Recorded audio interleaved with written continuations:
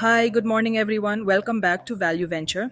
After completing our APF series, we are now starting a new series on construction finance, commonly called CF. So, first, let us understand what construction finance actually means. Construction finance is a project specific loan given to a real estate developer for the construction and completion of a project. In a normal home loan, the borrower is an individual customer buying a property. But in construction finance, the borrower is generally the developer, the promoter, or the project owning company. Now, construction finance is not simply given because the developer owns land or because the project has a high market value. Before funding the project, the lender must understand two things: whether the project can be completed successfully and whether the project itself can generate enough cash flow to repay the loan. To assess this, the lender studies a few important components. Let's go through them one by one.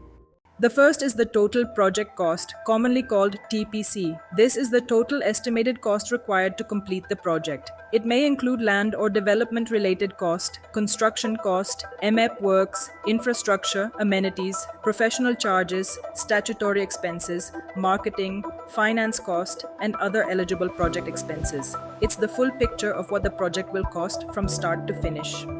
The second is the cost incurred till date, how much money has already been spent on the project. But here's the technical point: the lender does not look only at the amount declared by the developer. The technical consultant checks the actual construction progress at the site and verifies whether the expenditure claimed is reasonable compared with the work actually completed. Claimed spending and real progress must match.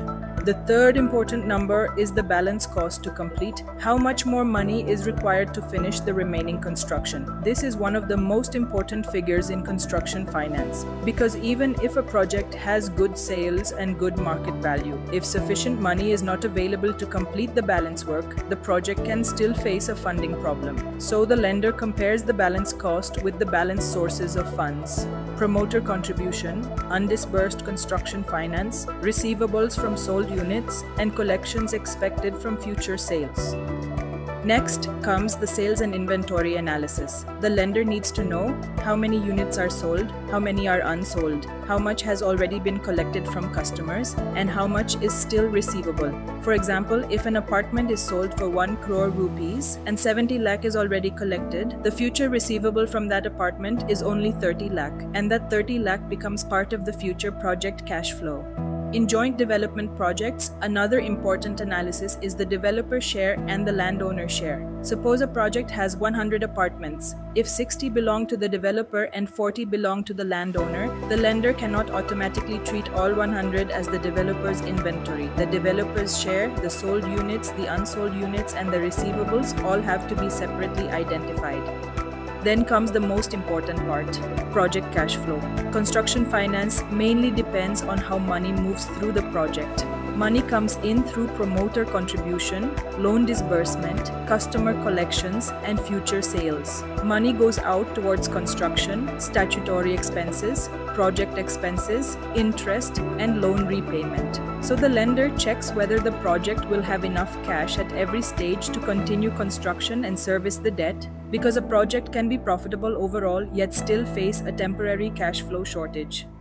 The lender also checks the security available against the loan. Depending on the project structure, this may include the project land, development rights, the developer's unsold inventory, receivables from sold units, and project collections. The lender may also examine ratios such as loan to cost, loan to value, and security cover. These help judge whether the proposed loan is reasonable compared with the project cost and security value. And importantly, construction finance is normally not disbursed all at once. It's released in stages based on construction progress, promoter contribution, use of earlier funds, sales, and compliance with the lender's conditions, which is why it needs regular monitoring. So, in simple technical terms, construction finance is a project funding mechanism where the lender continuously analyzes the project cost, construction progress, balance cost, promoter contribution, sales, receivables, inventory, cash flow, security, and repayment capacity. The purpose is to ensure the project has enough funding to reach completion and enough future cash flow to repay the lender. In the next video, we'll understand how a lender technically appraises a construction finance proposal before deciding the loan amount. Please subscribe to Value Venture for more technical and informative videos on construction finance, project valuation, and real estate due diligence. Thank you for watching.